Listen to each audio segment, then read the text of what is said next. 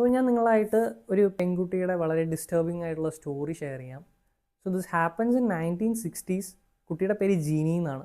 ഇപ്പോൾ യു എസിൽ ഉള്ള നടന്നൊരു സ്റ്റോറിയാണ് ആക്ച്വലി പറഞ്ഞത്, റിയൽ ലൈഫ് സ്റ്റോറിയാണ്. അപ്പം ഈ കുഞ്ഞിൻ്റെ അച്ഛന് ശബ്ദങ്ങൾ കേൾക്കുന്ന സമയത്ത് വളരെയധികം ബുദ്ധിമുട്ടാണ്, സൗണ്ട് അവേർഷൻ എന്ന് പറയും.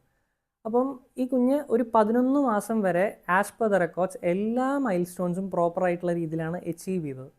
അപ്പോൾ ഈ ഫാദറിൻ്റെ ഈ അവേർഷൻ്റെ ഈ ഒരു ബുദ്ധിമുട്ട് കൂടി വന്ന് ഏതാണ്ടൊരു 20 മാസമായപ്പോഴേക്കും ജീനിയുടെ കരച്ചിലും കാര്യങ്ങളൊക്കെ തീരെ സഹിക്കാൻ പറ്റാതെ ജീനീനെ ഒരു ഇരുണ്ട മുറിയിൽ കൈയും കാലൊക്കെ കെട്ടിയിട്ടിട്ട് ആവശ്യത്തിൽ കുറവ് ഭക്ഷണം മാത്രം കൊടുത്തിട്ട് പൂട്ടിയിട്ടു. അപ്പോൾ 20-ാം മാസം പൂട്ടിയിട്ട ജീനീനെ ഏതാണ്ട് 13-ാം വയസ്സിലാണ് പുറത്തോട്ട് എടുത്തത്. അതും അമ്മയും പിന്നെ ഗവൺമെൻറ് അതോറിറ്റീസൊക്കെ ഇടപെട്ടിട്ടാണ് ഇത് ചെയ്തത്.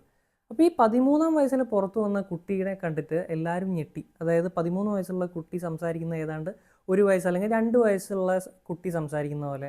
പിന്നെ ഒരു പൊതുസ്ഥലത്ത് എങ്ങനെയാണ് പെരുമാറേണ്ടതെന്ന് അറിയില്ല. പക്ഷേ കുഞ്ഞിന് അങ്ങനത്തെ ഒരു എക്സ്പോഷർ കിട്ടിയിട്ടില്ല.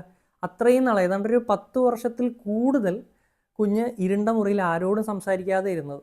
സോ ഈ ഒരു സ്റ്റോറിക്ക് കറൻറ്റ് സിനേറിയോയിലുള്ള റിലവൻസ് എങ്ങനെയാണെന്ന് വെച്ച് കഴിഞ്ഞാൽ, കുഞ്ഞുങ്ങൾ ജനിച്ച് ഏതാണ്ടൊരു 4 വയസ്സ് വരെയുള്ള സമയത്താണ് ക്രിട്ടിക്കൽ ഏജ് എന്ന് പറയുന്നത്. ആ ഒരു സമയത്ത് പ്രോപ്പർ രീതിയിൽ സ്റ്റിമുലേഷനും പിന്നെ ഇൻട്രാക്ഷനും സോഷ്യൽ ഇൻട്രാക്ഷനൊക്കെ കിട്ടുവാണെങ്കിൽ ഏജ് അപ്രോപ്രിയേറ്റ്ലി കുഞ്ഞുങ്ങളുടെ ലാംഗ്വേജ് അക്വയർ ചെയ്യും.